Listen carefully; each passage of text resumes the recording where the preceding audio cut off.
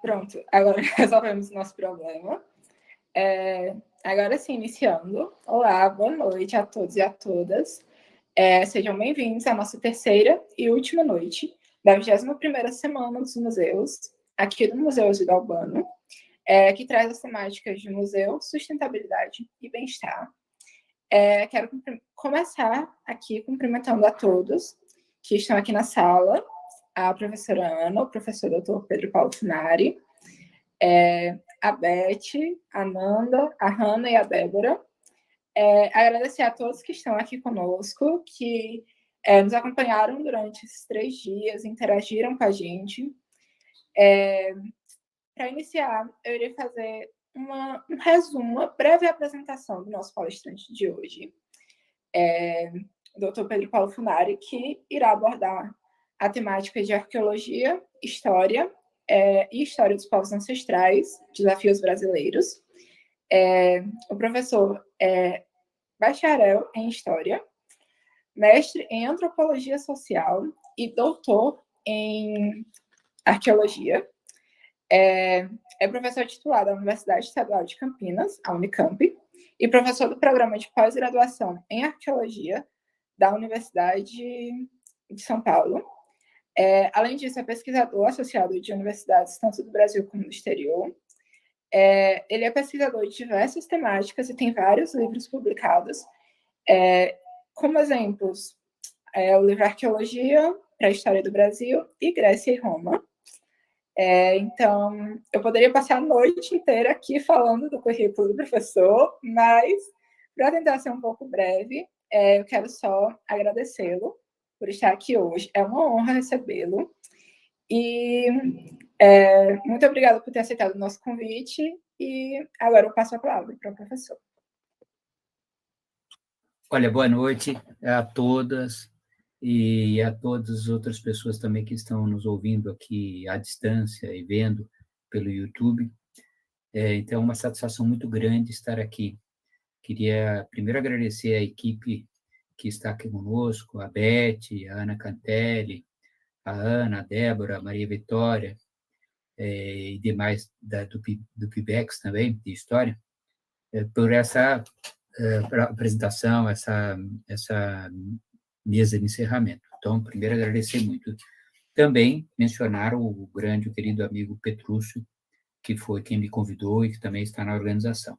Então, dizer que é uma satisfação muito grande, em particular pelo fato de estarmos lidando com o Museu Osílio Albano, um museu tão importante, com tanto potencial, e que está sendo o foco desta semana dos museus, uma semana internacional, nacional e agora especificamente em Picos, com o Museu Osílio Albano. Então, eu queria agradecer muito, dizer que é uma satisfação muito grande estar aqui com vocês hoje. Será uma satisfação também interagir com o público que está nos assistindo online, ao vivo. Naturalmente, como isso é YouTube, ficará aí também depois. Então, satisfação depois também que outros interajam e até podem entrar em contato comigo, que será sempre muito bom. Eu sempre gosto muito desse contato. Então, fiquem à vontade ao final também, além de fazer as intervenções, perguntas, comentários. Além disso, depois que encerrarmos o nosso evento, teremos a posteridade. Hoje em dia temos a vantagem, a posteridade. Temos as duas vantagens, estarmos com gente em diversos lugares ao mesmo tempo, e a segunda vantagem, deixarmos isso para que outros possam também usufruir em outro dia e horário. Então, muito bom, a iniciativa excelente, gostei.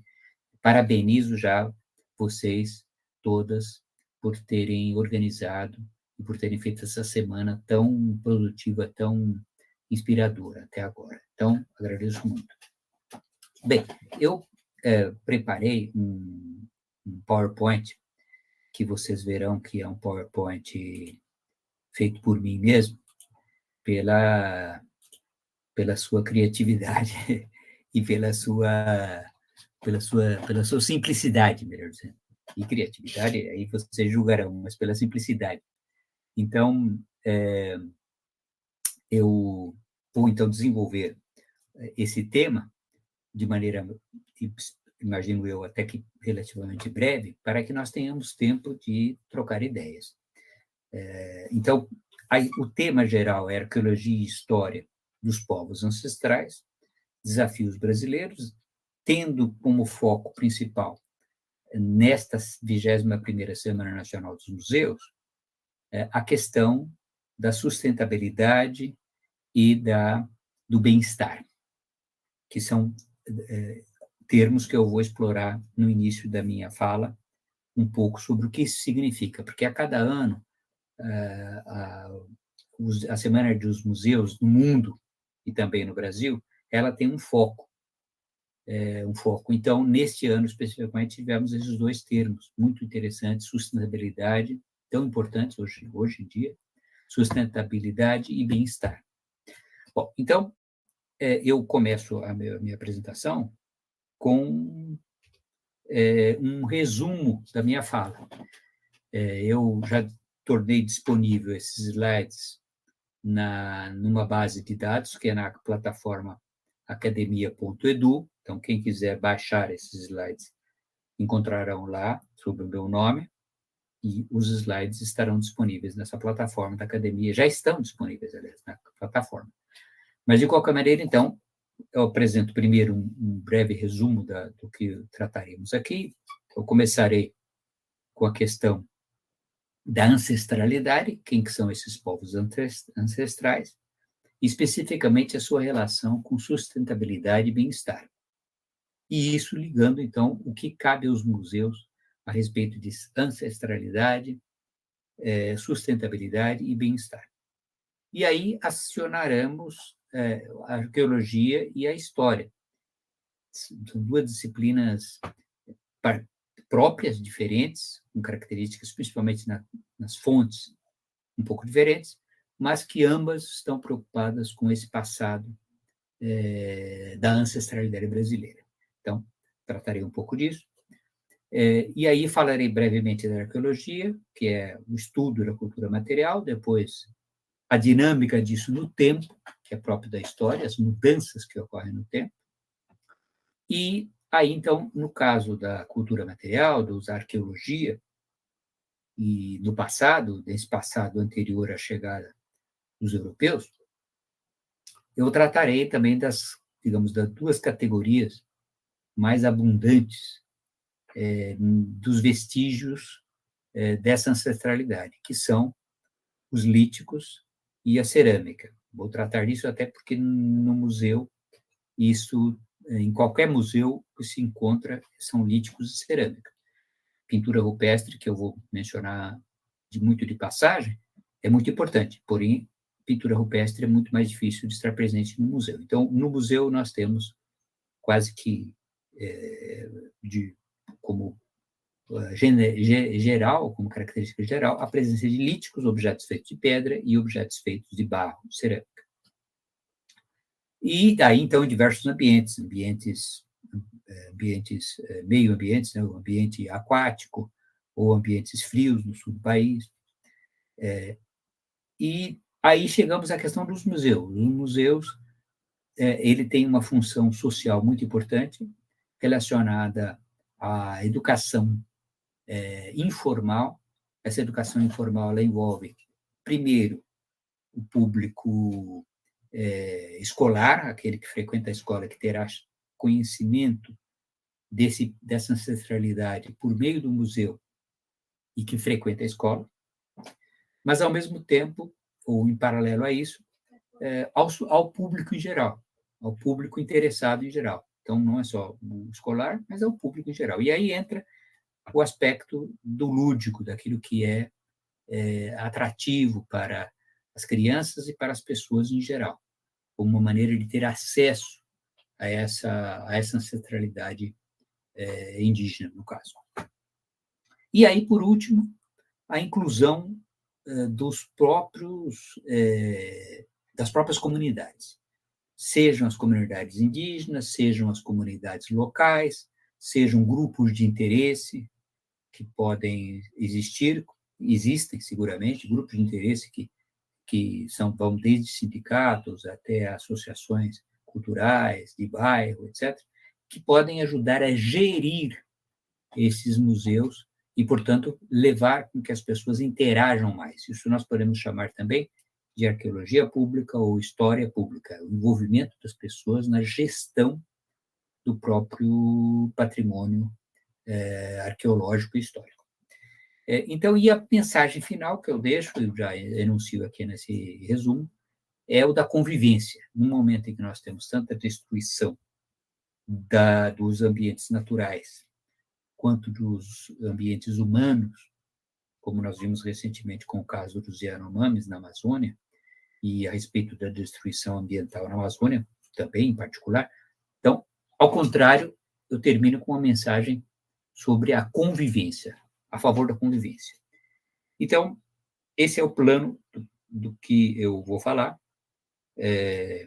Em seguida, podemos passar, então, para o primeiro deles, o primeiro aspecto que eu gostaria de enfatizar, que são os conceitos. Sempre é muito bom começar pelos conceitos que estamos agenciando, que estamos colocando no debate, e a sua historicidade. O que significa historicidade? É como esse conceito chegou até o momento de hoje. Quer dizer, nós hoje temos um conceito, mas ele tem uma trajetória.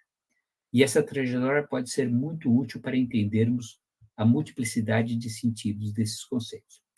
Então, eu começo com a sustentabilidade, que é um conceito recente, sustentabilidade. Portanto, é das últimas décadas. Mas, no entanto, temos que recuar, que sustentabilidade vem de sustento. E sustento, primeiro, que é uma palavra de uso cotidiano, né? Em português, sustento. Eu preciso disso para o meu sustento. Então, é uma palavra concreta, antes de ser a sustentabilidade uma abstração. Palavra concreta. Seguida, sustento significa tento significa ter, manter. E sus é de baixo para cima. Então, eu sustento significa eu mantenho, eu permito que continue. Veja que na própria palavra sustento existe a ideia de continuidade, e não é à toa que nós chamemos com a palavra sustento o que nós comemos. O nosso sustento é o que nós comemos. Por quê? O que nós comemos é o que nos permite a continuidade. Então, essa noção de continuidade é que está implicada no sustento. Então, desse sentido básico e prosaico que está na própria origem dessas palavras, é que o conceito ambiental ou ecológico foi desenvolvido. E esse conceito também não é tão recente. É bom sempre chegar às suas origens, né? No caso, o uso mais antigo é justamente na época do surgimento do iluminismo e dessa visão capitalista, racionalista do mundo. Na medida em que foi aplicada pela primeira vez, em 1713, em alemão, com o sentido ligado à agricultura, e as palavras utilizadas em alemão poderiam ser traduzidas como uso sustentável do solo. Uso sustentável. Era um livro sobre florestas, portanto, está se falando em como fazer com que a floresta possa nos servir ao ser humano e continuar a servir, continuar a ser utilizada e não seja destruída. Veja, 1713. Essa ideia que está na origem da sustentabilidade, que só seria desenvolvido com esses termos na década de 1980. Então, vejam como há uma pré-história muito importante do próprio conceito. E o uso do termo ele só se generalizou a partir da década seguinte, 1990, na década de 90. Então, esse conceito, então, que é muito moderno, muito recente, que é o crescimento ou a possibilidade de melhoria de vida a partir da preocupação com a preservação do ambiente, da ecologia. Então, eu acho que isso está contido no próprio conceito original e foi desenvolvido, de alguma maneira, a partir do conceito do século XVIII. Com isso, nós podemos chegar ao segundo termo, segunda parte dos conceitos anunciados pela Semana de Museus. Conceito de bem-estar. A mesma coisa acontece com bem-estar. A palavra bem-estar, no sentido utilizado modernamente, é um conceito recente. É um conceito surgido após a Segunda Guerra Mundial e tradução de um conceito em inglês, social welfare. Então, é viver bem na sociedade, né? Então, bem-estar. Mas, no entanto, bem-estar também, exatamente, não aí no caso, não com esse nome, mas a ideia de viver em sociedade bem é muito mais antiga. Então, eu lembro aí primeiro o conceito grego, eudaimonia, que é um conceito que traduzido normalmente como felicidade, mas, no entanto, o sentido não é bem de felicidade, é um sentido muito mais concreto, é com um bom gênio, com um bom daimon, com um bom gênio.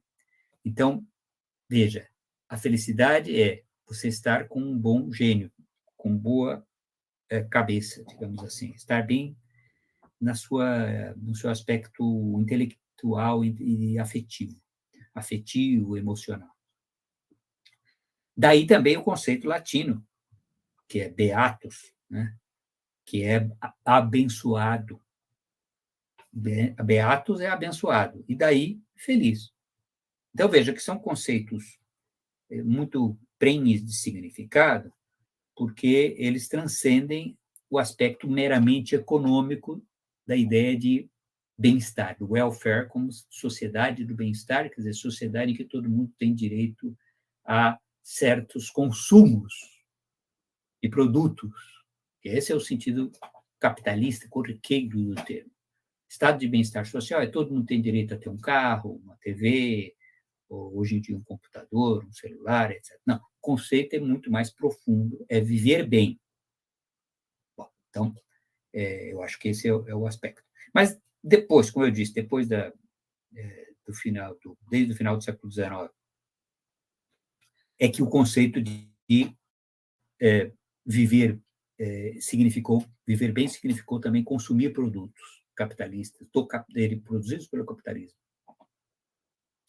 No entanto, mais recentemente, nessas últimas décadas, esse bem-estar ultrapassou em muito esse conceito de consumo, voltando a essa ideia que já estava lá na Grécia, em Roma, de bem-estar, de viver bem, não de consumir necessariamente. E isso nos levou, por exemplo, ao bem-estar animal, que é uma questão que já tem décadas também, é a ideia de bem-estar animal e, mais recentemente ainda, até bem-estar da vida em geral, né, das plantas, não só, porque as plantas também sentem, né? Mas os animais, na medida em que nós somos animais também, né? Nós podemos ter uma empatia muito mais direta com os animais do que com as plantas, mas as próprias plantas também têm esse conceito de bem-estar. Então, esses dois termos, sustentabilidade e bem-estar, no centro da mensagem do ICOM, e a sua associação, portanto, com os museus, é muito apropriada para a situação em que nós vivemos hoje, no mundo, e no Brasil em particular. Bom, e com isso, então, vamos ao terceiro termo da nossa caminhada aqui, que é a ancestralidade. Então, o termo história ancestral é um termo que tem sido bastante utilizado, mas temos que entender que não se trata apenas, ou nem principalmente, de ancestralidade biológica, ou seja, teste de DNA para verificar a composição de quem a pessoa descende percentualmente disso, daquilo outro, né? É muito além disso, essa ancestralidade. Então, aí é que eu volto ao adjetivo ancestral. Nas humanidades, nas ciências sociais, usa-se os termos como terra ancestral, comunidades indígenas, em referência a comunidades indígenas ou aborígenes. Indígenas ou aborígenes é a mesma coisa, só que, em geral, indígena se refere ao continente americano, aborígenes à Oceania, Austrália, e outras partes em outros lugares do Oriente. No entanto, é a mesma coisa, quer dizer, são aqueles povos habitantes originais dessas terras que foram colonizadas posteriormente por outros povos, os europeus, mas não só. Também outras colonizações em outras regiões do mundo, como, por exemplo, colonização árabe, islâmica na África, colonização chinesa e japonesa também no Extremo Oriente. Então, essa ancestralidade significa esses grupos humanos que estavam lá e sofreram a ação em algum momento, principalmente nos últimos séculos, coloniais. E esses ancestrais, portanto, a palavra ancestral passa também a ser usado para designar objetos culturais, como, por exemplo, quando se fala em máscaras dos ancestrais. Máscaras dos ancestrais, nós associamos a povos, como eu disse, indígenas, povos aborígenes, nativos, mas essas máscaras de ancestrais, ou na China também, né? Mas as máscaras ancestrais, por exemplo, eram comuns no mundo romano. As pessoas faziam a máscara da pessoa, logo no momento que ela falecia, era feita uma máscara de cera, e essa máscara de cera era guardada junto com os outros antepassados. De tal maneira que as pessoas, esse culto aos antepassados, ele tinha essa materialidade das máscaras ancestrais. Então, isso demonstra que nós podemos, com isso, chegar não só aos nossos ancestrais biológicos, digamos assim, mas aos nossos ancestrais humanos, nossos ancestrais culturais, que são potencialmente todos, não só os ancestrais literalmente, os meus ancestrais, os seus ancestrais, mas os ancestrais que nos deram a cultura, nos dão a cultura e tudo mais. E ancestral, na sua origem, significa aquele que vai antes, aquele que precede. Antecedere significa vir antes. Então, o que é? Aquilo que vem antes. Então, independe de uma relação biológica. Aquilo que veio antes não significa que tem uma relação necessariamente biológica com as pessoas de um determinado momento. Bom, então, em seguida, nós vamos para a questão, aí já chegando no caso do nosso país, do Estado Nacional, Brasil, que é o foco, digamos assim, na medida em que estamos no Estado Nacional, né? Essas fronteiras do Brasil que vocês veem nesse mapa são fronteiras atuais, portanto, não refletem a porosidade, a inexistência dessas fronteiras em 1500 ou qualquer período anterior. Portanto, esses povos não se limitavam ao que seria o território brasileiro. Mas, por questões meramente didáticas, eu trouxe aqui um exemplo de uma distribuição linguística suposta, né? Lógico, porque nós não temos esses dados de maneira direta, mas suposta dos antigos habitantes ao momento da chegada dos portugueses. E aí vocês veem que nós temos uma infinidade de grupos. Não se trata de todas as línguas, são grupos linguísticos. Dentro de cada grupo tem diversas línguas concretas. Então, esses grupos que estão elencados aqui correspondem a outras dezenas de línguas, cada um deles, tá? Que são aparentadas entre si, porém que são diferentes também entre si. Então, De qualquer maneira, como vocês veem aqui, nós temos o Tupi-Guarani, que passou a ser, no século XIX, tomado como o arquetípico do Brasil, típico do indígena brasileiro, do nosso território. No entanto, como vocês veem, embora ele fosse bastante espalhado, ele convivia com uma infinidade de outros grupos linguísticos. O grupo linguístico não é igual à tribo, não é igual a uma unidade étnica, porque havia uma diversidade, havia uma interação entre esses grupos humanos que falavam línguas diferentes, então, portanto, temos interações que esse quadro não permite observar, e temos mobilidade também, que aqui, isso aqui é um quadro fixo, no P 1500, mas isso aqui, no decorrer do tempo, não teve essas características. Então, por exemplo, aqui eu chamo a atenção do Aruac, que vocês estão vendo aí, porque o Aruac, por exemplo, que está, como vocês podem ver, numa parte da Amazônia brasileira, norte, mas não mostramos aqui, porque esse quadro é... Mas esses aruacas estão no Caribe, nas ilhas do Caribe, chegando até Cuba, por exemplo.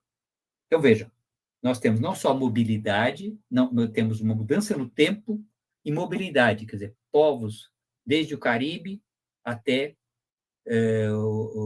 a Amazônia brasileira, com certeza. E assim por diante. Temos essa porosidade de povos que habitavam aqui e que chegavam até, como nesse caso específico dos arauaques e dos caraíbas, chegavam até América Central, Caribe e mesmo América do Norte. Então, portanto, vejam que é um quadro muito mais complexo do que Charruas também, no caso, no Sul, né? Que essa é uma divisão artificial com relação à fronteira do Brasil, porque continuava ali no Pampa, do outro lado da fronteira atual. Então, isso significa que havia uma imensa diversidade de ocupações indígenas, de populações indígenas, que tinham se desenvolvido aqui por, no mínimo, 10 mil anos. Aí existe toda uma discussão sobre qual a antiguidade dessa presença humana na América do Sul, e na América em geral, né? No mínimo a 10, 12 mil anos. E aí nós podemos recuar 50 mil anos, como no Piauí, na Serra da Capivara, ou podemos recuar mais, não só no Piauí mesmo, que já tem proposta de mais de 50, 70 mil anos, como em outras partes do continente. Então, isso é uma questão em aberto, no detalhe. Mas, no mínimo, 10 mil anos antes desse momento dos 1500 a.C., 1500 na época do Cabral. Bom, com isso, podemos passar para o seguinte, que é a questão da população, porque a ideia que a maior parte das pessoas, ou muitos ainda têm, e que, portanto, o museu tem um papel importante para mudar essa percepção, é que essa população que habitava o Brasil, esses indígenas, eles eram esparsos, pouco numerosos. Portanto, que era uma terra com pouca gente. No entanto, as pesquisas arqueológicas nos mostram o contrário. Uma presença antiga, como eu disse, mais de 10 mil anos, e populações por todo o território, numerosas, ocupando todos os espaços, inclusive a Amazônia, com populações também de bastante numerosas. Então, o ambiente, nesses últimos 10 mil anos, ele não só mudou por causas naturais, como, por exemplo, o aquecimento que houve desde a última glaciação. Desde a última glaciação houve um aquecimento do planeta, especificamente aqui da América do Sul, mas houve também uma atuação de grupos humanos alterando as características ambientais, como, por exemplo, na Amazônia, notadamente, com as chamadas terras pretas, quer dizer, as pessoas habitavam os lugares, construíam lugares que hoje nos chegam como terras pretas, que são terras em que os índios viveram nos últimos milhares de anos. Então, a ideia de que a Amazônia é intocada também tem que ser colocada em xeque, porque, ao contrário, a Amazônia já é o resultado da interação com esses grupos humanos que viviam, mas eram sustentáveis. Por quê? Porque faziam com que essa floresta se reproduzisse, que é aquela frase lá de 1713, quando do surgimento do termo, quer dizer, a floresta que se sustenta a si mesma. O homem convivendo com a floresta, o ser humano. Bom, aí, como vocês veem, houve uma redução drástica na população indígena. Essa redução, ela se deve a muitos fatores. Eu vou citar alguns aqui importantes para termos em mente. O primeiro, mais importante, é o fato de terem sido dizimadas uma grande parte da população indígena por contágio de doenças. No continente todo americano, o fato de que o continente americano estava isolado do velho mundo, ou seja, os africanos, os asiáticos, os europeus, estavam em convívio durante todo o tempo. Portanto, as doenças migravam de lugar a lugar e todo mundo era mais ou menos imune. Tinha um grau de imunidade. Chegam no continente americano, não há essa imunidade às doenças. Então, calcula-se que 90% dos indígenas americanos morreram em pouco tempo, não pela ação direta de morte, foram atacados e mortos em guerra, mas foram mortos pela doença. Esse é o primeiro aspecto. O segundo aspecto, naturalmente, é essa colonização que foi não só dizimando, escravizando essa população, como empurrando a população também da costa para o interior. E terceiro aspecto também muito importante, pouco lembrado, é que essa população indígena ela é esquecida. A ancestralidade cultural e biológica ela é esquecida. Cultural, porque, embora o nosso idioma tenha muitas palavras tupis, por exemplo, e de outros idiomas, mas tupi em particular, tenha também muitas costumes alimentares e costumes também de modo de vida, como, por exemplo, como que as pessoas dormem, então, de origem indígena, então, mas passa um pouco despercebido. Bom, esse é um aspecto. O outro aspecto é o aspecto puramente biológico, que, se não é tão importante, não deixa também de ser importante, que é o fato de que as pessoas que têm ancestralidade biológica indígena, na maior parte das vezes, não o sabem. Então, por exemplo, no meu caso, tenho antepassado indígena, antepassada, porque, em geral, é antepassada, é mulher, né? De qualquer maneira, do meu lado, tem antepassada indígena. A minha esposa tem antepassada indígena. Agora, como isso se reflete? Não se reflete nos nomes das pessoas, nos sobrenomes, não se reflete em que as pessoas reconheçam essa ancestralidade indígena biológica nas pessoas que são descendentes de índios.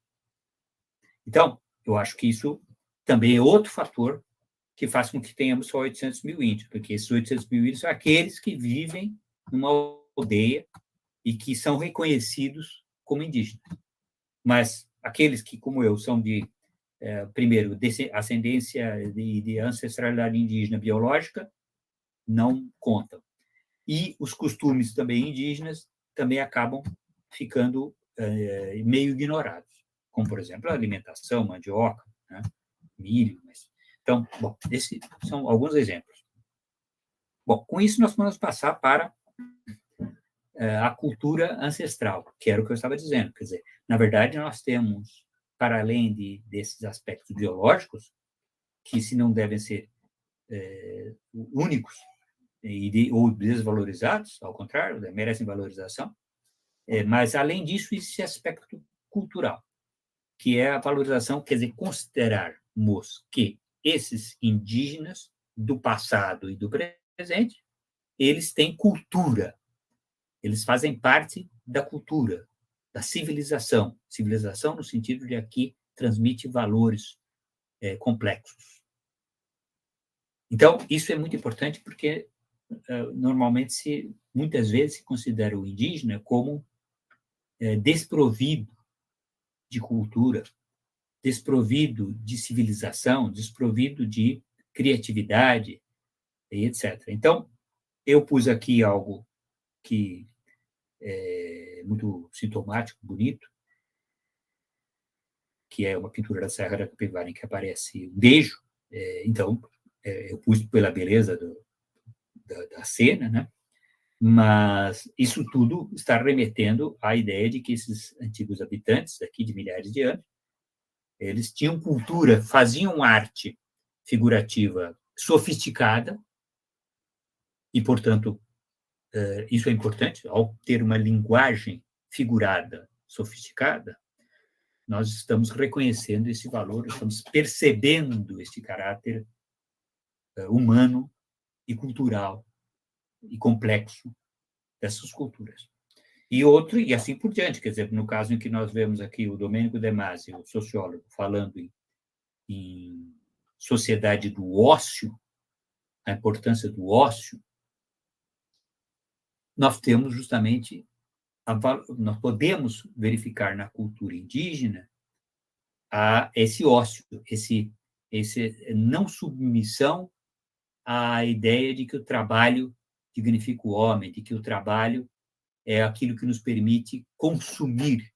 O nosso objetivo é consumir, e para isso nós temos que produzir, e só trabalhar, e trabalhar. Quer dizer, o trabalho, como conceito positivo, pode ser contraposto, como faz Domênico de Masi, a ideia de ócio, mas isso não é do Domênico de Masi, isso aí está lá, nessas culturas tradicionais e culturas que viviam se sustentavam, faziam um convívio sustentável com a natureza, com o ambiente, e, ao mesmo tempo, viviam no bem-estar, na felicidade. Então, eu acho que o beijo aí foi nesse sentido. E depois também o beijo veio a calhar hoje, porque ontem saiu na imprensa mundial que, na Mesopotâmia Antiga, tem lá um texto, que, portanto, tem alguns milhares de anos, dizendo que saiu a notícia, que o beijo, primeira notícia do beijo, um documento na Mesopotâmia de 4.000 anos atrás. Bom, evidentemente, o beijo é muito anterior a esse documento escrito, mas aí isso é um exemplo de que o beijo já existia na pré-história e especificamente no Brasil, né? Às vezes esquecemos, achamos que a civilização está onde tem escrita. Sim, está, mas também está onde não tem escrita. E há maneiras artísticas de se expressar, como é o caso aqui. Bom, com isso nós chegamos às duas categorias que eu mencionei. Os objetos de pedra, líticos, e a cerâmica. No caso dos objetos de pedra, eu pus os mais óbvios aqui, já que nós estamos lidando com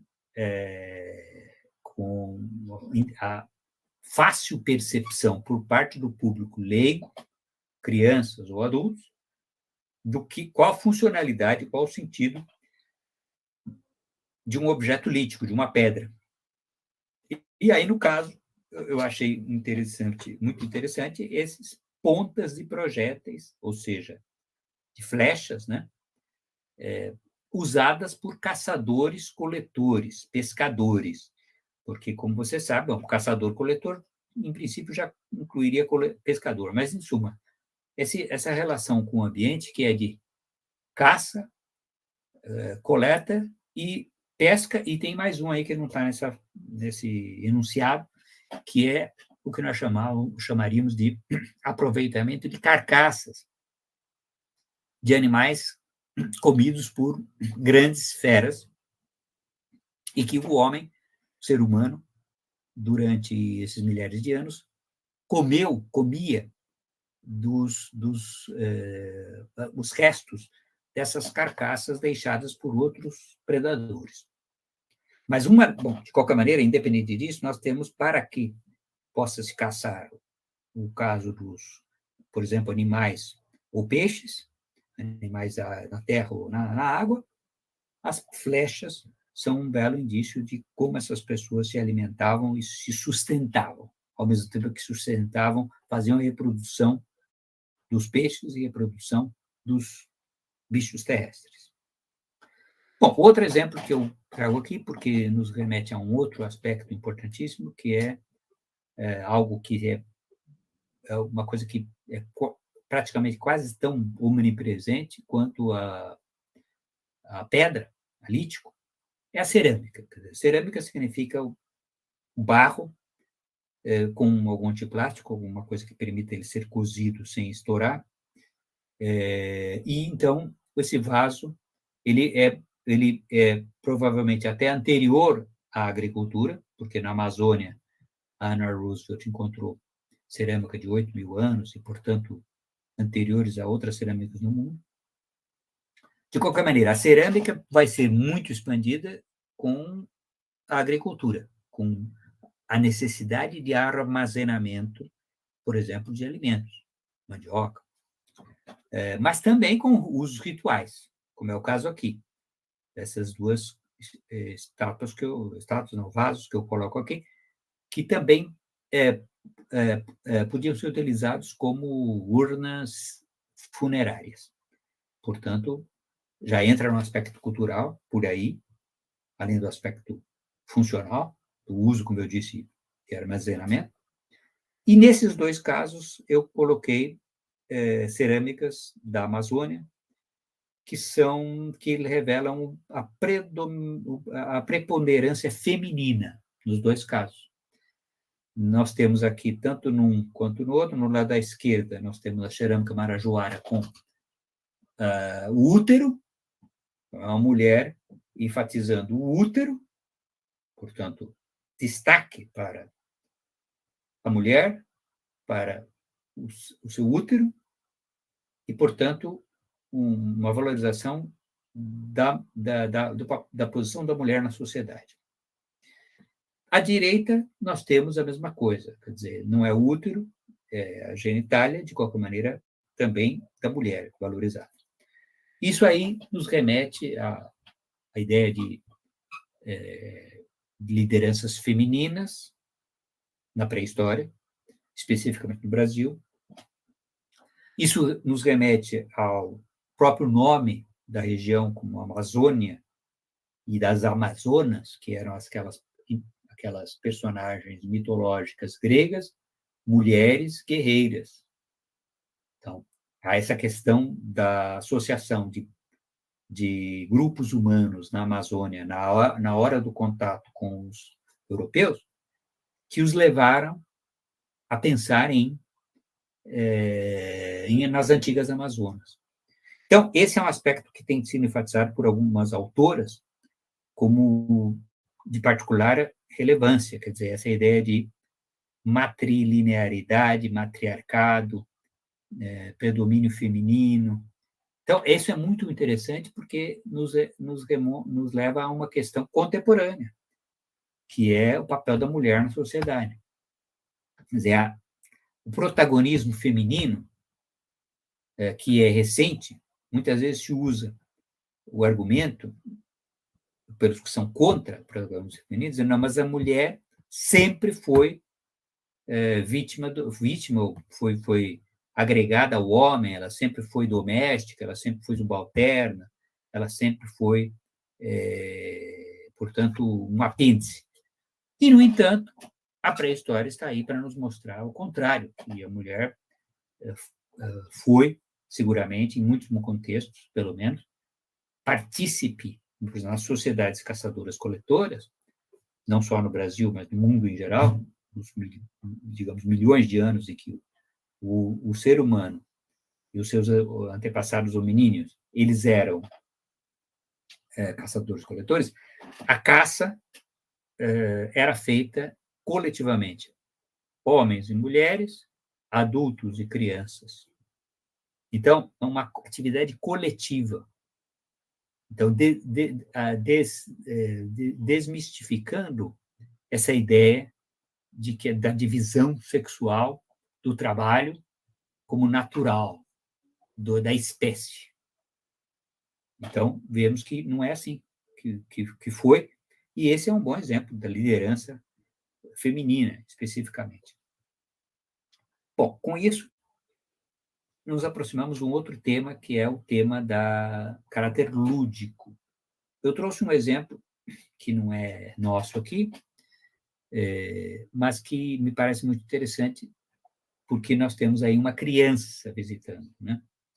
Criança, isso aqui em Taiwan, portanto, na China, em que mostra essa ocupação pré-histórica de Taiwan e, ao mesmo tempo, a mãe e o filho visitando, quer dizer, tanto a mãe, que é leiga, digamos, e o filho, que é uma criança, estão atraídos para o tema da convivência com o aborígene, com o nativo, com o indígena, com o ancestral, por meio de uma reconstrução de como que essas populações viviam, para não ficarmos só nos objetos fragmentados ou reconstruídos que vocês veem também nessa foto.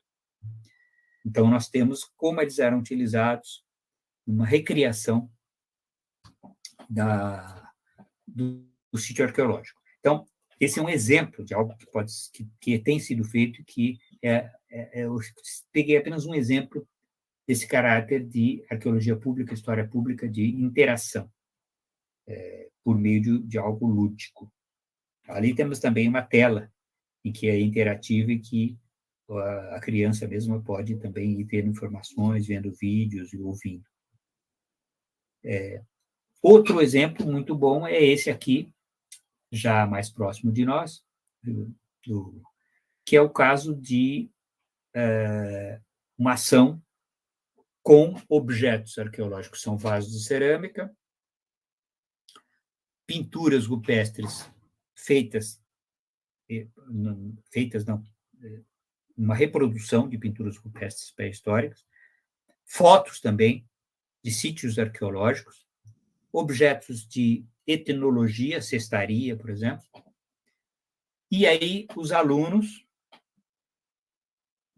participando, crianças pequenas, a professora, veja o interesse da garota, a todos anotando, levantando a mão para querendo se expressar e perguntar também. Curiosidade aí é muito importante, curiosidade. A criança, o jovem, ele é curioso, então pergunta, quer saber, desafia o estudioso também, até desafia o estudioso, porque as perguntas são seguramente sempre originais e inesperadas. Então, essa é uma ação de arqueologia pública que é isso que a gente chamaria de atividade com objetos, orientada, que é muito, muito importante. Bom, com isso nós chegamos ao outro aspecto. Já estou me aproximando do final da minha fala, para que vocês possam também falar e tudo mais, comentar. A outra questão, quer dizer, no caso de estamos falando em ancestrais, é a ligação dessas culturas milenares e pré-históricas com grupos vivos, humanos vivos, como são esses indígenas que estão na foto, as fotos dos indígenas em cerimônias hoje, e os objetos arqueológicos também, ou objetos etnológicos. Etnológico quer dizer, objetos que foram usados, ou são usados, ainda hoje. Né? Então, esse envolvimento desses grupos é muito importante para termos essa relação entre passado e presente, essa ancestralidade chegando até nós. Outro aspecto que, na exposição do museu, que eu acho que tem um grande potencial, é o aspecto contradiscursivo. Contradiscurso significa não apagar um discurso, mas contrapor, manter o discurso opressor ou o discurso excludente, manter em exibição pública, mas, ao mesmo tempo, estabelecer o contradiscurso. Então, no caso, aqui eu peguei um exemplo. temos uma imagem histórica que se repete até hoje, da colonização, né? Repete até hoje. Quer dizer, a ideia de que o colonizador, que é também ele mestiço, esse desenho mostra isso, esse que está escravizando o indígena, ele mesmo é indígena. Tá? Mas o que interessa é a escravização de indígenas, a submissão de indígenas, o extermínio de indígenas, o genocídio étnico, no sentido de cultural, não só físico, mas também de destruir a cultura indígena em si, isso é a chamada integração, assimilação, que está mostrado nesse quadro, século XIX, em contraposição à manifestação artística, mostrando a riqueza cultural desses indígenas.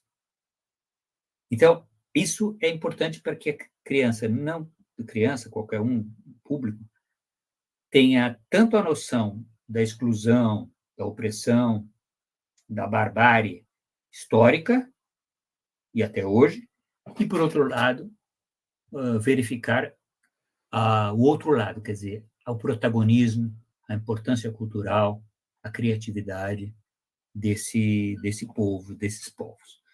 Então, eu acho que esse é um meio muito melhor, na minha opinião, na opinião de muitos também, mas na minha em particular, do que simplesmente a obliteração, a chamada destruição do monumento. Destruição de uma estátua, de um opressor, de uma estátua mostrando um indígena ajoelhado ante uma autoridade. Não se trata, na minha opinião, de se destruir esse monumento, não expor isso no museu, mas de expor com um contradiscurso que permita que a criança entenda a complexidade e as contradições da sociedade, né? E, por fim, eu termino com a convivência. Então, porque há duas tendências contrastantes sempre. Por um lado, a tendência à destruição, à eliminação do outro, à submissão. E, por outro lado, a convivência, viver conjuntamente, tendo em vista a diversidade, mas na diversidade as pessoas convivendo. Homens, mulheres, adultos, crianças, velhos, moços, pessoas de diferentes crenças, opiniões, pontos de vista, mas todos convivendo. Então, eu termino desta maneira dizendo que bem-estar, sustentabilidade são temas inspiradores e que nos levam à ideia de convivência entre as pessoas, entre os diversos. Bom, queria agradecer, não quero ocupar tanto tempo assim, senão nós ficamos só na minha fala, e eu sempre falo mais do que planejo, porque sou professor. Como vocês sabem, a gente sempre fala mais. Então, muito obrigado. Eu vou parar aqui o compartilhamento para que nós possamos conversar. Oi, professor. Nossa, que delícia te ouvir. Que delícia te ouvir. Olha, é sempre um prazer muito grande ouvir o senhor. Antes da gente ver se tem alguma questão lá no YouTube e permitir que as pessoas façam questões, durante a sua fala, eu fiquei pensando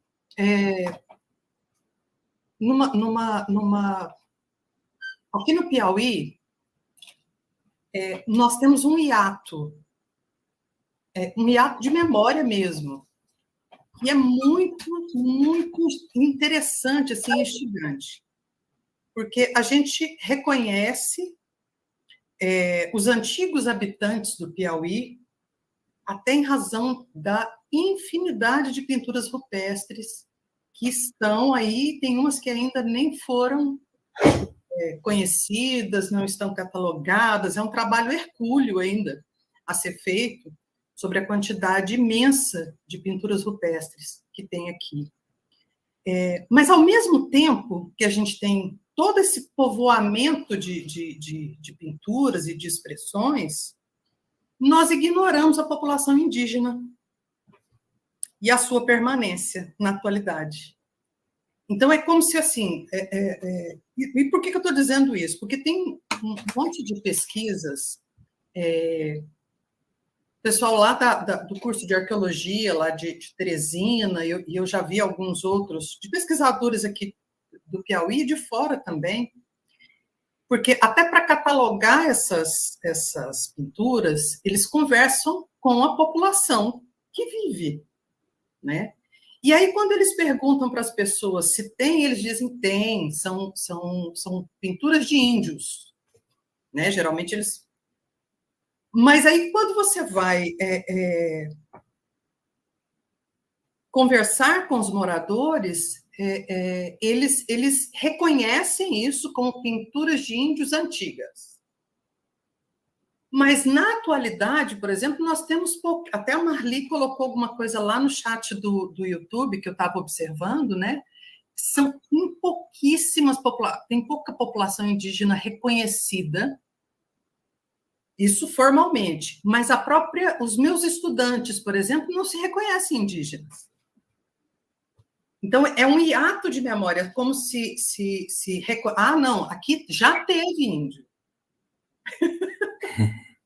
E aí esses índios desaparecem, e eu estou falando isso porque o meu marido fez um trabalho dele sobre o século XVIII aqui no Piauí. Ele estudou o sertanejo aqui no século XVIII no Piauí. E tem um capítulo dele que ele trata exatamente de como que eram referidas as pinturas rupestres nos documentos do século XVIII. E aí os padres, os freis que por aqui passavam, né, eles diziam que essas pinturas eram usadas pelos habitantes lá do século XVIII como forma de enganar os padres. Então, tem uma que a gente riu muito quando descobriu, que era dizia que tinha uma lapa de pedra, onde estava escrito assim, aqui embaixo, muita riqueza encontrará. Aí tinha que levantar a pedra. A hora que levantava a pedra, embaixo estava escrito assim, vire a pedra. Então, assim, a população já manuseava reconhece essas pinturas e interferia ao longo de todos, essa é uma das coisas, né? Vai interferindo nessas pinturas ao longo do tempo. E eu fico muito intrigada com esse ato, como historiadora. Eu gostaria que o senhor falasse um pouquinho sobre isso, se isso acontece em outros lugares também. Olha, Ana, você falou muito bem. E eu mencionei o meu caso, o caso da minha esposa, né? Então, o que acontece? Primeiro, isso é generalizado, né? Isso que você está falando do Piauí, eu também trabalhei em campos aqui, trabalho de campo em diversos lugares do Brasil, e isso é generalizado. Quer dizer, você tem populações que têm até traços bem indígenas, mas que, no entanto, não só não se reconhece como descendentes de indígenas, como tem medo. Os indígenas são pintados na cabeça das pessoas como aqueles que matavam as pessoas, dá medo. Então, isso que você está falando realmente acontece, é generalizado, essa percepção. Agora, isso tem muitas facetas, Ana, mas uma delas, que foi a que eu mencionei aqui na minha fala, que eu vou dizer a você, é que a ancestralidade biológica, ela é feminina. O que significa? Significa que os homens, os colonizadores, eles se casavam com índias, que nós temos na própria tradição escrita, né? Essas diversas histórias que o português chega e se casa com a filha do cacique, né? Não só aqui no Brasil, mas todo o continente americano. Mas, de qualquer maneira,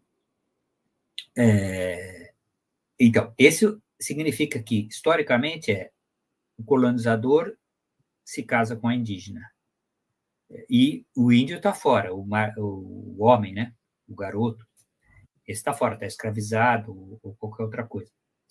Bom, mas aí esses filhos, eles não, eles, embora possam, no caso de São Paulo, vou pegar o caso de São Paulo, que é um caso bem conhecido. São Paulo, não São Paulo histórico, São Paulo atual, São Paulo histórico. O que é São Paulo histórico? Significa o que depois veio chamar de bandeirante, mas que era o paulista, eram, então, portugueses que não só se casavam com índias, mas mais. Todos esses aí, do século XVI, XVII, XVIII, até 1750, quando o Pombal proíbe o uso do tupi-guarani, até esse momento, esse idioma dessas pessoas, inclusive dos chamados bandeirantes, eles falavam tupi-guarani. Mas não porque eles queriam falar tupi-guarani, porque a mãe deles falava tupi-guarani. Língua materna. A língua materna era o tupi-guarani. Por isso que a toponímia do Brasil é tão baseada no tupi. Por quê? Não é que o indígena do local chamasse aquilo ali de Araraquara ou Itacoatiara, esses nomes todos. Esses nomes eram dados pelo próprio bandeirante, que, na verdade, falava tupi, e que dizia descrições da paisagem na língua dele. Daí, essas palavras. Bom, Ibirapuera, bom. Então, agora, isso historicamente. Aí, quando você chega no 18, que o Pombal proíbe, isso demora ainda para... Até hoje tem gente que fala o tupi-guarani no interior, quer dizer, na Amazônia, tudo tem. O tupi-guarani ainda é falado. Bom, mas de qualquer maneira, o que eu quero dizer é o seguinte, aí entramos no outro aspecto, que é a colonização interna. É o princípio da colonização, que é essa colonização portuguesa no Brasil, etc., mas tem aqui interna, quer dizer, internamente você está colonizando esses povos, de tal maneira que a imagem que se tem é que essa população ela não existe mais. É como você falou. Essa população ela desaparece. Quer dizer, mas, na verdade, assim, as pessoas são não só descendentes fisicamente, biologicamente do índio, dos indígenas, mas, mais do que isso, os costumes. Que essa é a questão. Né? Quer dizer, as pessoas comem o quê? Comem as coisas que eram da terra. Né? Depois, elas dormem onde? Dormem em rede. Toda a sociabilidade é sociabilidade desses nativos. Então, é lógico que isso eu estou falando assim em termos gerais, temos que estudar caso a caso. É lógico, se você vai para Minas Gerais, em que você teve o ciclo do ouro, etc., a influência da corte, depois também no Rio de Janeiro, influência da corte. Então, é lógico, situações concretas em que você tem outras situações, principalmente por parte da elite, da coisa oficial. Mas isso não muda que, mesmo assim, essas traços culturais estão conosco até hoje. Então, aí entra o aspecto que você está ressaltando aí, é o fato de que as pessoas não se identificam com esses, não só não se identificam, como têm medo. Isso é desvalorizado, então não vale a pena reivindicar. Não há incentivo nenhum para essa identificação, porque, assim, no caso dos afrodescendentes, houve uma política de a pessoa dos grupos, as pessoas, você pode dizer assim, eu sou afrodescendente e o sujeito do IBGE é obrigado a aceitar. Mas eu, não nesse censo, porque não fui eu que respondi, mas no censo anterior, 2010, quando veio aqui o censador, eu falei assim, olha, eu tenho antepassados portugueses, italiano, espanhol e indígena. Então, eu quero, já que eu posso escolher, eu quero ser declarado indígena. Aí ele falou assim, não pode. O senhor não pode, o senhor não é indígena. Eu falei, não, porque o senhor não vive em aldeia. Acabou.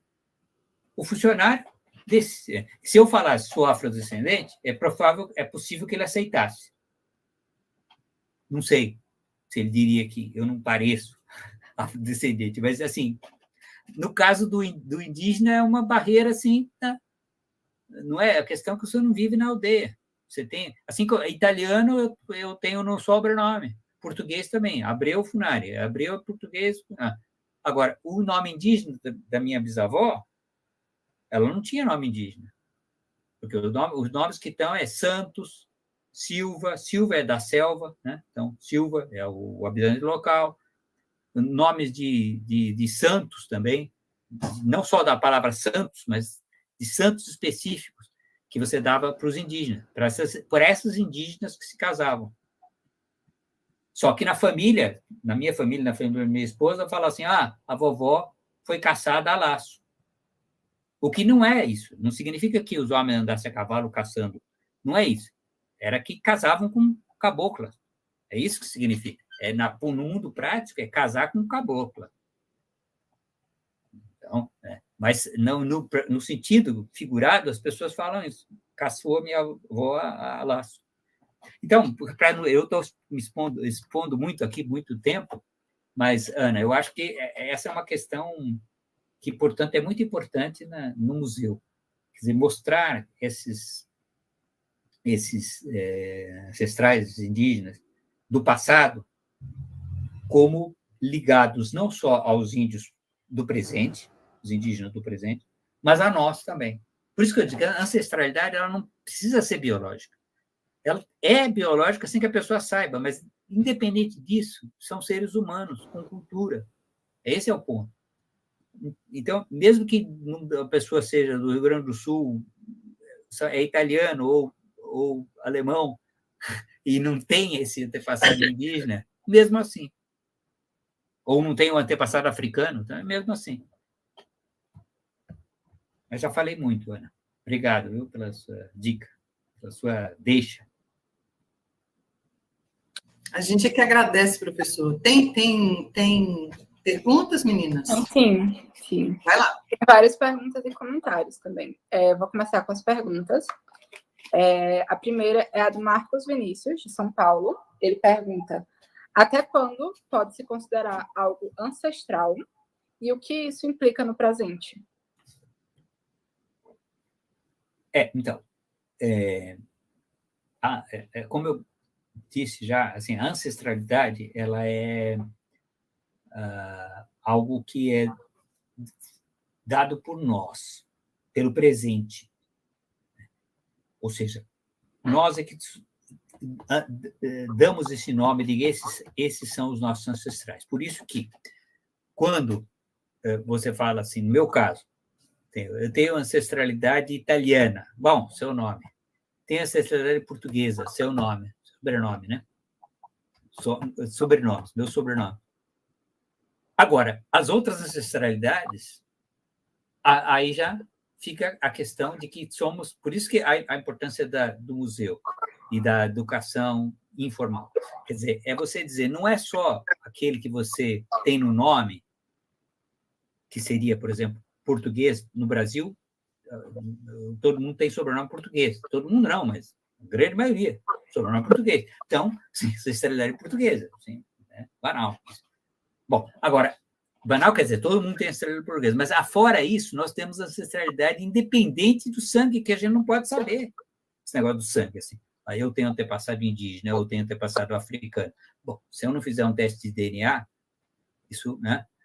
Então, quer dizer, não é essa questão de fazer teste de DNA, a questão é ancestralidade como reconhecimento de que essas pessoas que viveram no passado aqui, elas tinham cultura, e essa cultura foi, no caso aqui do dia de hoje, do tema da semana, ela foi responsável pela sustentabilidade, quer dizer, reprodução, e pelo bem-estar. As pessoas viviam bem.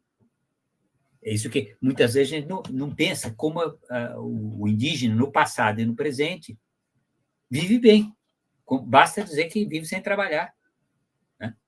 E, aliás, como qualquer povo, caçador-coletor, até a invenção da agricultura, há 8.000 anos, 10.000 anos no máximo, todos os seres humanos viviam sem guerra, porque não tinha guerra, cooperavam para caçar e viviam felizes. Você pode dizer que viviam muito menos. É verdade. Podia viver 30 anos, 20 anos, ou menos ainda, porque doenças, etc. Tá certo, é verdade. Mas o que viviam bem, sem trabalhar.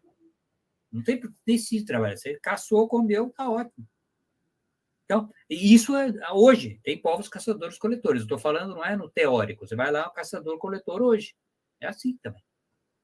Então, a ancestralidade, ela é no sentido amplo, respondendo para terminar, ela não é a ancestralidade só do passado, ela é hoje, é você reconhecer nesses grupos humanos todos do mundo, do passado e do presente, que eles são seres humanos, têm valores, têm cultura, e podem nos inspirar, podem nos fazer viver melhor.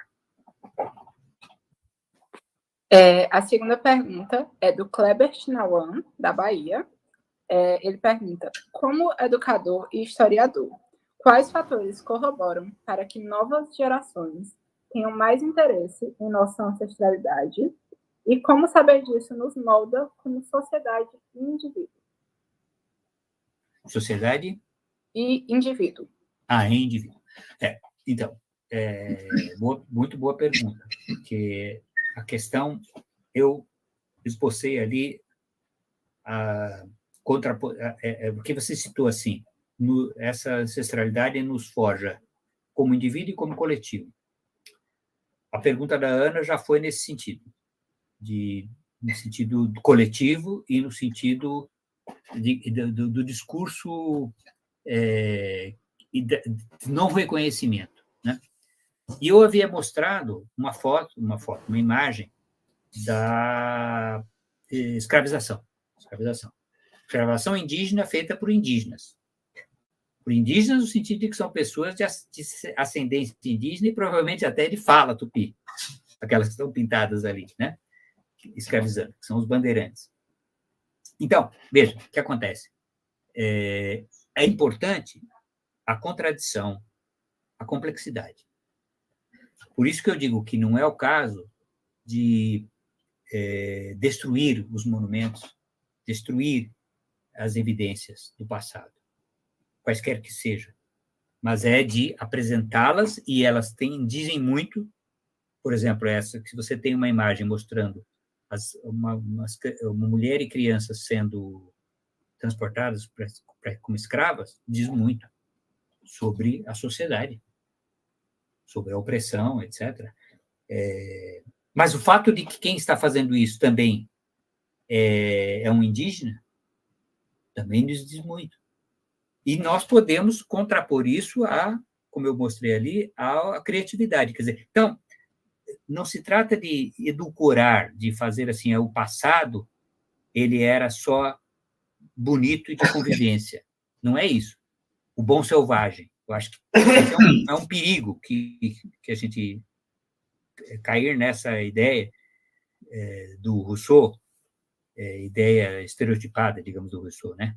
De que o selvagem é bom e que, portanto, nós vamos pensar no bom selvagem. Não, não é isso, porque entre os indígenas aqui no Brasil, especificamente, como eles eram agricultores, eles viviam em guerra.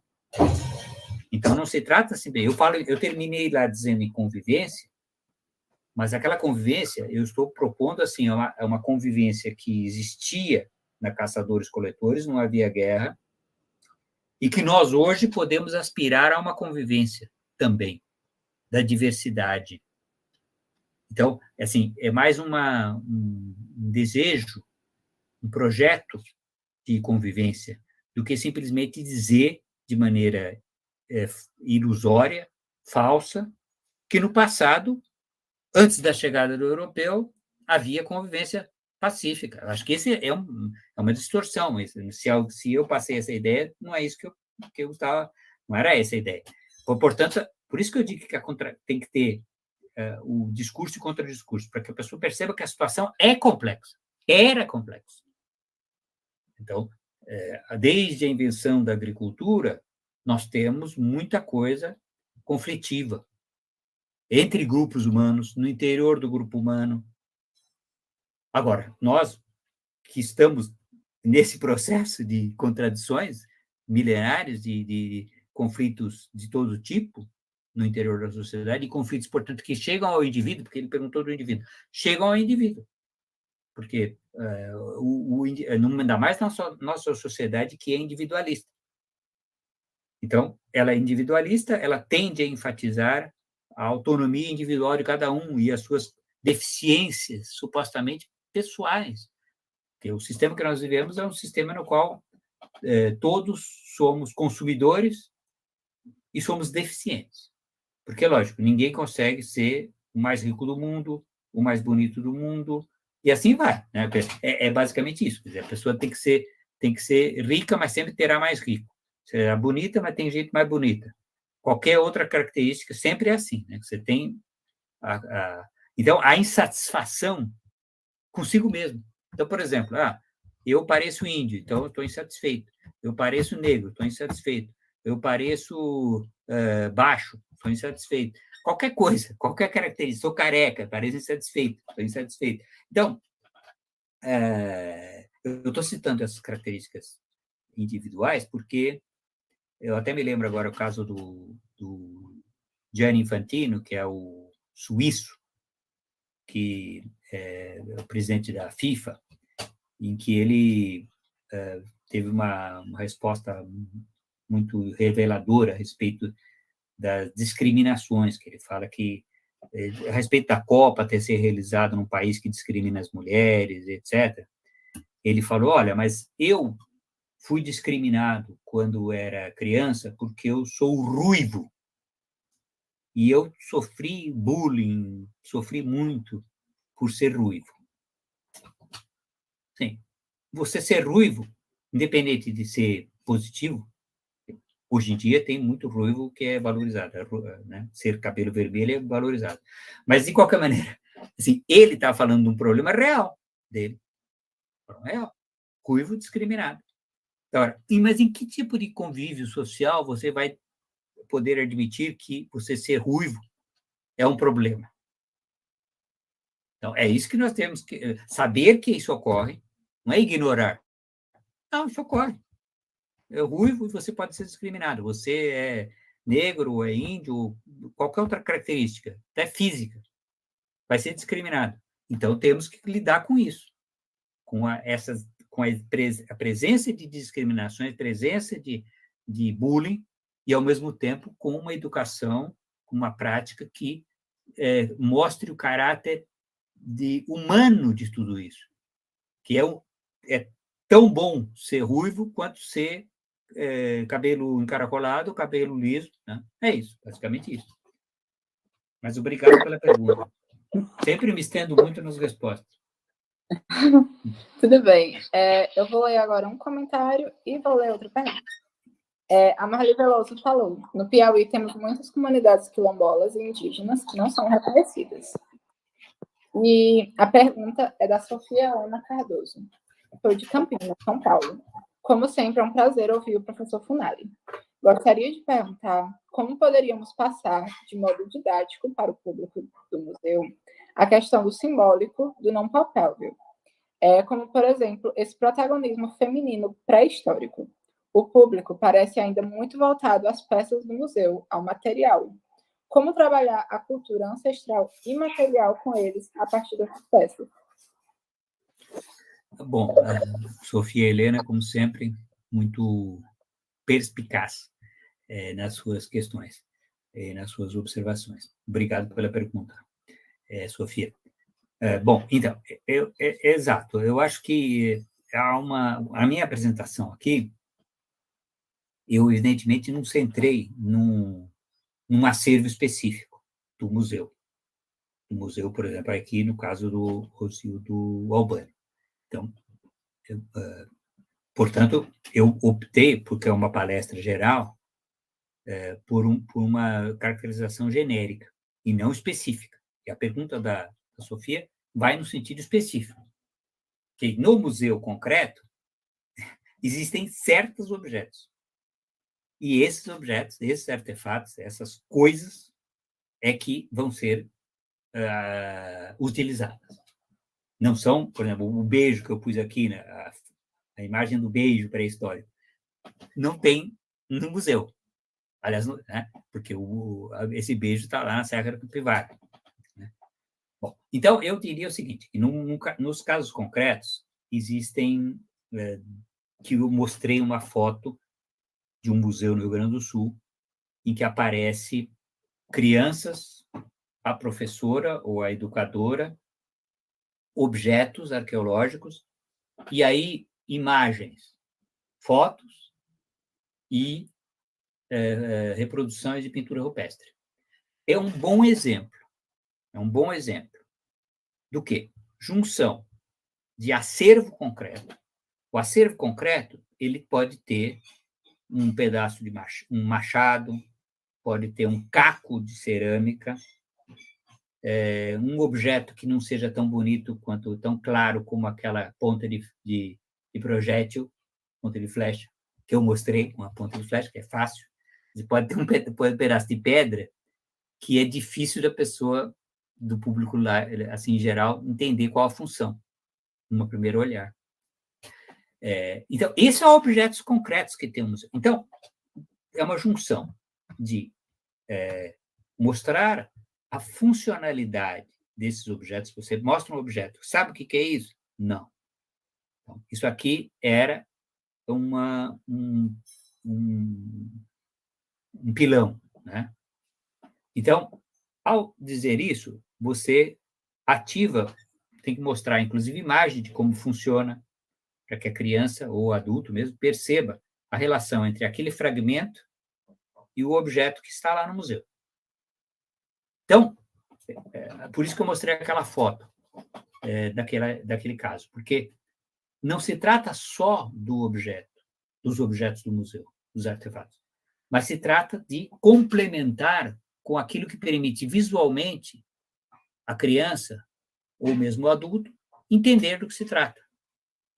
Então, a pintura rupestre, que não vai ter no museu a original, a pintura rupestre ajuda muito, fotos de escavação, de sítios arqueológicos. Eu citei na minha apresentação aqui, eu citei sítios que vivem, que são em palafitas, eu citei, mas não mostrei foto, porque não dava tempo. Palafitas e casas na região que faz frio, são casas subterrâneas, no sul do Brasil. Então, eu não mostrei aqui, mas está num livro, por exemplo, que eu escrevi sobre a história. Então, isso é que deve ser utilizado no museu. É mostrar, assim, olha, como é que essa população vivia. Tem a ver com o ambiente. Num ambiente lacustre, um ambiente que tem muitas lagoas, água, você tem palafitas. Olha aqui como é que era a palafita. Em ambientes que era frio, como é que fazia? Ó, não tinha toda essa roupa. Não tinha parede para poder... Então, você fazia a parede como? Faz um buraco na terra, põe em cima a folhagem, pronto, está quentinho lá dentro. Então, veja, isso dá concretude ao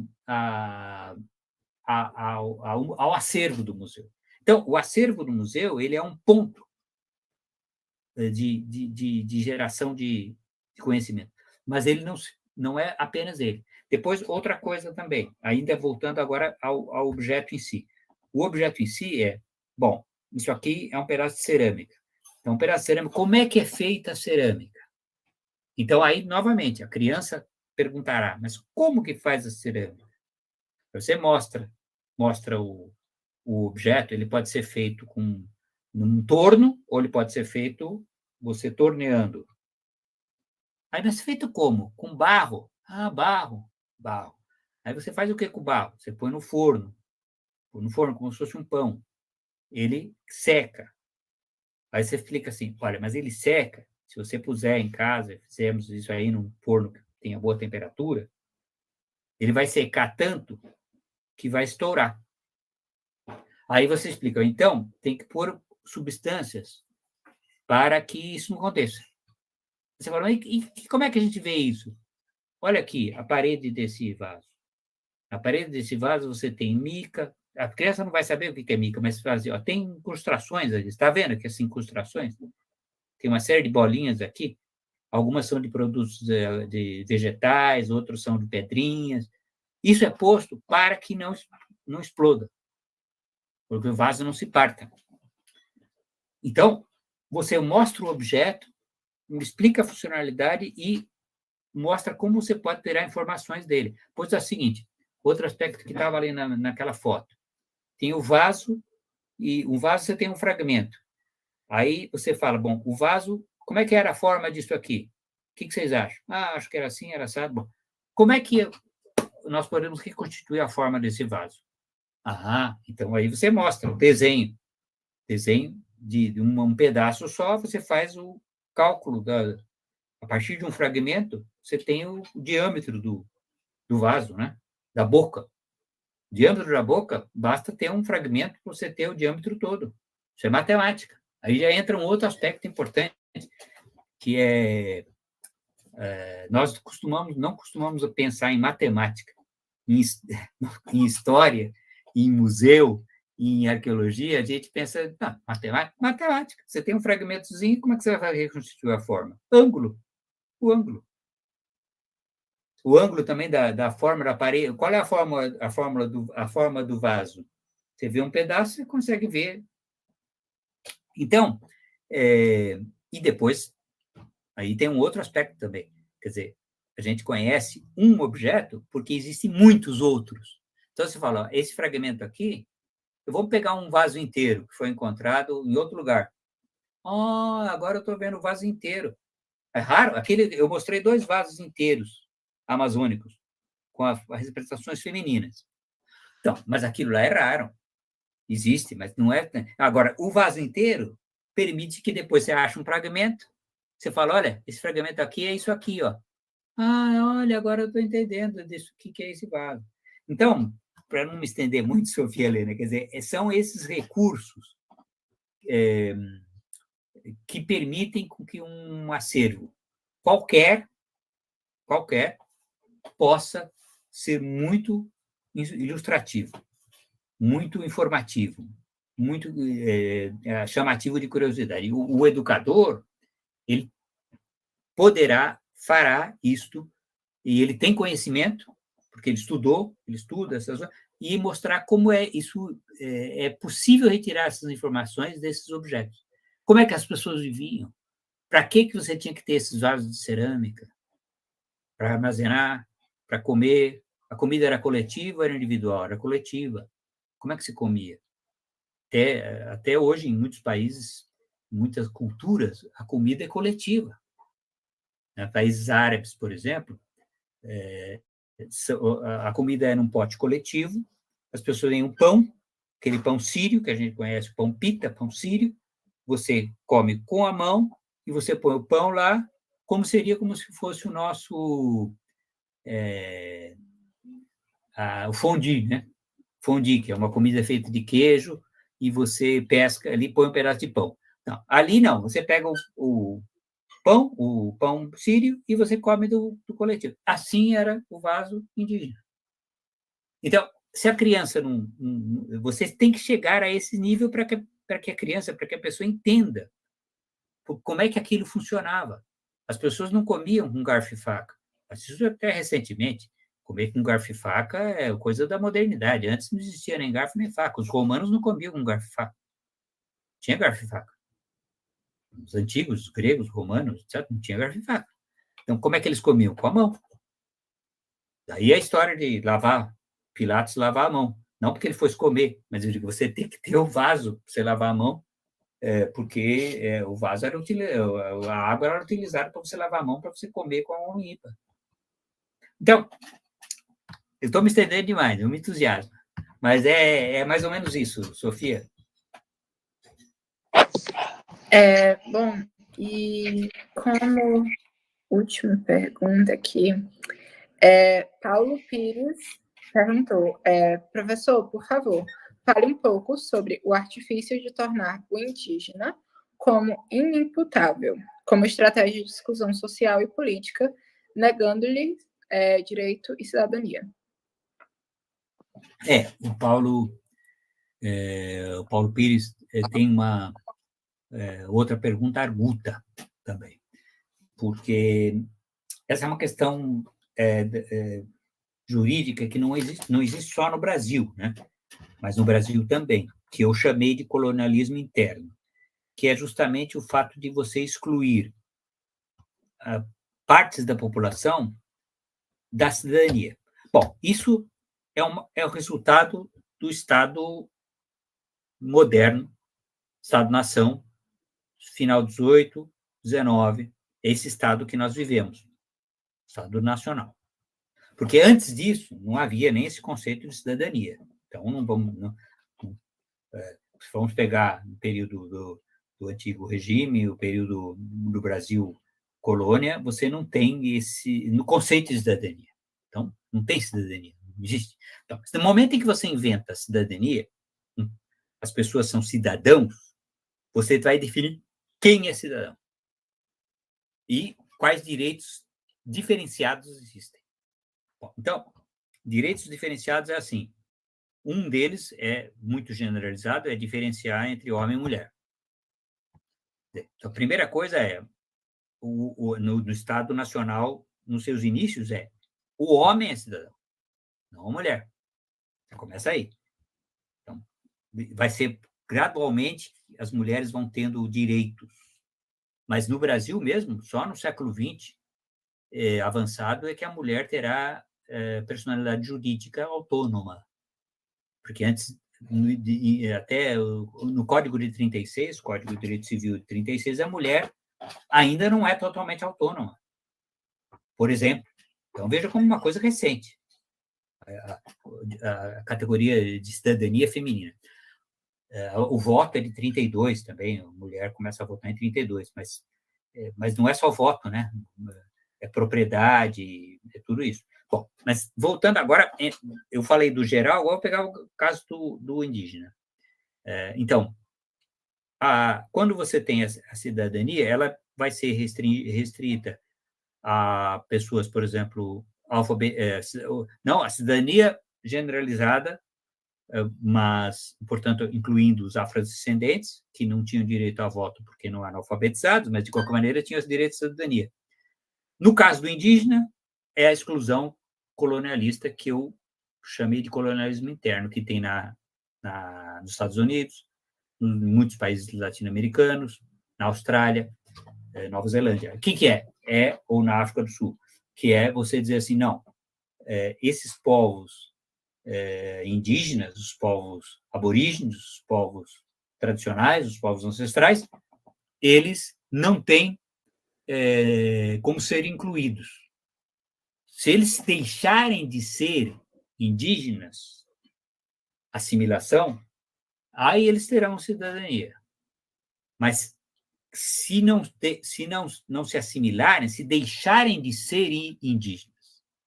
Essa é a ideia. Se você deixou de ser indígena, deixou de ser aborígene, não vive mais numa aldeia, não tem mais nome indígena, você tem nome da cultura dominante, bom, aí você vai poder ter a cidadania. Bom, então, esse outro que não está assimilado, ele é inimputável. Como inimputável significa que ele não tem autonomia jurídica, ele não é cidadão, portanto, ele não tem direitos, mas também não pode ser inimputável. Inimputável significa que ele também não pode ser objeto de restrição jurídica, porque ele está fora do sistema. Isso, Paulo, é algo que aconteceu no Brasil, mas é um movimento geral da colonização. É a colonização moderna, que é essa colonização do Estado Nacional. É você retirar o indígena dos direitos da cidadania. Então, eu acho que aí nós temos movimentos de inclusão indígena, como é o caso da nossa Constituição de 1988, que inclui o indígena como cidadão. Nós tivemos aí como exemplo disso o cacique Juruna, na década de 80, que foi o primeiro indígena que pôde ser deputado. Porque antes, como eu disse, sendo indígena, ele não é cidadão. Então, não pode nem votar, nem ser votado.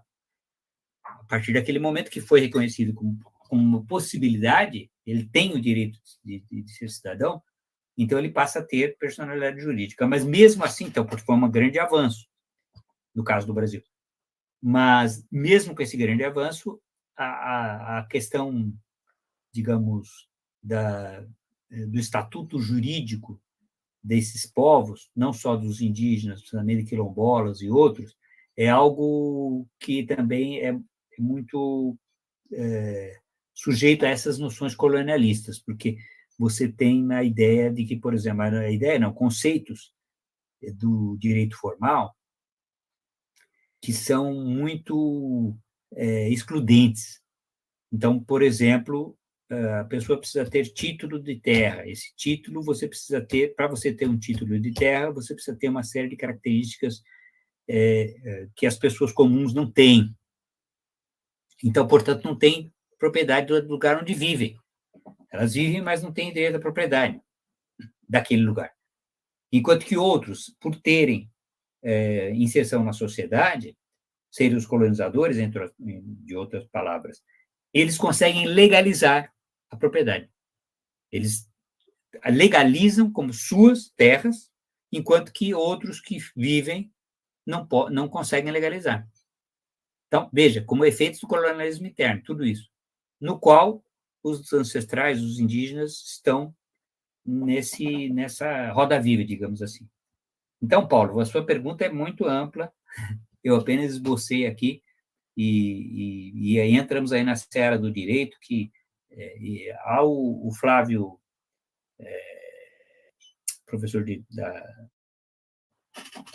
do Mackenzie, jurista, que justamente trabalha bem com esse tema dos direitos dos indígenas. Eu acho que isso aí já entramos no capítulo do direito, mas é uma grande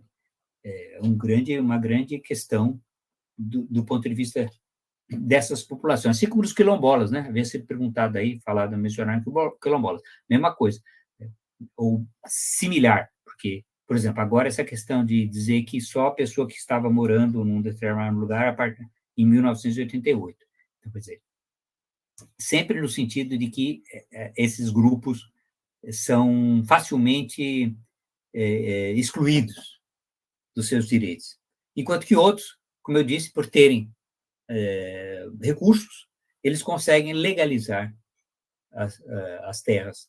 Então, em vez de ser uma legalização generalizada, ela é restringida. Eu lembro até de um economista peruano, do Banco Mundial, inclusive, que ele dizia que de acordo com ele, né? Estou só citando as ideias dele. Ele dizia assim que a grande solução para as habitações precárias, as favelas, seria você simplesmente distribuir título de propriedade para todo mundo que mora em assentamentos, qualquer tipo, ter direito à propriedade daquilo que ocupa. Isso não foi feito em nenhum lugar, é uma ideia muito interessante, mas não foi feito, e eu não sei se essa é uma ideia que solucionaria, mas independente disso, independente de solucionar, é a diferença entre uns e outros, né? Mas, olha, gostei muito da pergunta, estamos já nos adentrando aqui ao final do nosso horário, eu agradeço muito a todas as perguntas e comentários, e também, principalmente, pelo convite, e espero que isso possa trazer ainda mais inspiração para vocês que estão lidando com o museu concreto. Vocês que estão no museu, no dia a dia, o que nós precisamos é disso, de iniciativa que faça com que esse museu fique vivo. E eu acho que isso há um imenso potencial aí no museu de vocês. Sim, agora a gente encerra aqui as perguntas. Nós que agradecemos por ter estado aqui conosco hoje de forma virtual. Muito obrigada por todos os ensinamentos. E agora eu passo a palavra para a professora Ana Paula, para fazer os comentários finais. A Beth tinha levantado a mão. Isso, a palavra é sua, Beth. Eu estou muito feliz, professor, por ter dado certo, né? Essa noite maravilhosa, esse encontro o seu conhecimento e, mais ainda, a sua gentileza de compartilhar conosco todas essas informações que falam, acima de tudo, em cidadania, né? Em Brasil cidadão, voltado para o bem-estar, para sustentabilidade de maneira bem abrangente. Então, eu saí mais enriquecida. E, olha, eu quero convidar o senhor, em nome da equipe do museu, da associação, para que venha conhecer nossa cidade, nosso município e também o Museu Asildo Albano e conhecer o nosso trabalho. Né? Será uma satisfação muito grande, Beth. E a gente fica mantendo contato, professor, porque nós precisamos de informações como essas que o senhor está passando, com tanto carinho para a gente, visando o bem, né, de todos, né, não só do museu, mas do seu público também, né, de quem convive conosco nas parcerias. Então, eu fico muito feliz e honrada, né, por estar aqui essa noite. Então, resumindo, que eu não tenho muito tempo, meu muito obrigada. Olha, eu que agradeço o convite, Beth, adorei e tenho certeza que estarei aí no museu e será muito bom. Então, conte comigo, sim. Muito bom, Beth. Obrigada, Beth. Seu Albano, o senhor quer falar alguma coisa? Não, só extasiado aqui, e eu queria agradecer, né? Muito obrigado, e que venha mesmo nos conhecer, viu? Olha, seu Albano, Terra. como sempre, o senhor muito generoso. Então, muito obrigado aí pelas palavras, viu? Fico feliz. Obrigado. Obrigado. Bom, então, em nome da AMOA, da Associação dos Amigos do Museu Asildo Albano, do Museu Asildo Albano e do curso de História da UFP, eu agradeço ao público que nos acompanhou nesses 3 dias de muitas boas conversas e muito aprendizado. Encerramos divinamente essa noite. Que nos acompanhou nesses 3 dias de muitas Pronto? Pronto. Nós encerramos divinamente essa noite, mais uma Semana Nacional dos Museus, a 21ª, com um grande amigo. Encerramos divinamente essa noite, Pedro Paulo Funari. Eu quero externar o meu mais profundo agradecimento a esse pesquisador pela generosidade com que atende a todos os nossos pedidos. E em meu nome e em nome do professor Petrúcio, que não pôde estar conosco nesse evento, muito obrigada, professor. Olha, eu que agradeço, Ana. Gente, o Funari cedeu seu tempo em diversas ocasiões para conviver conosco aqui no Piauí, ainda que de forma virtual. Fosse em eventos como esse, como também em aulas na pós-graduação e de graduação, recebendo nossos estudantes em suas dúvidas, compartilhando seu vasto conhecimento, sempre de forma didática, alegre, e eu volto a repetir, generosa. Olha, muito obrigado, Ana. Foi uma satisfação muito grande. Pois é, professor. O senhor sabe que hoje nós viralizamos o seu texto, né? Tem um texto que o senhor publicou hoje, sim, né? Museu, Sustentabilidade e Bem-Estar, um convite ao convívio. Nós viralizamos ele nos grupos de alunos, de professores, da AMOA. Muito obrigada, professor. Muito obrigada mesmo. Olha, eu que agradeço, foi uma satisfação muito grande. Estou, como eu disse, estou à disposição. Meu e-mail é facilmente identificável, é ppfunari@uol.com.br ou ppfunari@unicamp.br. Estou à disposição do público que nos assistiu e o público que seguirá, né? Que essa é a vantagem do YouTube, o público futuro também. Então, pois maravilhoso. O senhor tem razão, porque essa palestra ela fica, né? É. Maravilhoso. É maravilhoso. A modernidade. Exato. Eu ando me achando assim muito... Cada coisa que a gente vai aprendendo ao longo do tempo, né? Tanto recurso novo. Gente, muito obrigada. Boa noite. Muito obrigado. Muito obrigado. E eu quero encerrar convidando todo mundo para a exposição que está lá no museu a partir de segunda-feira. O museu funciona das 8 da manhã às 17 horas, de segunda a sexta. Estamos lá com uma exposição nova. Que bom. Vamos lá. Muito bom. Quero conhecer. Venha sim, Pedro, por favor, por favor. Muito bem, muito obrigado. Boa noite a todos. Boa noite a todos. Boa noite. Tchau.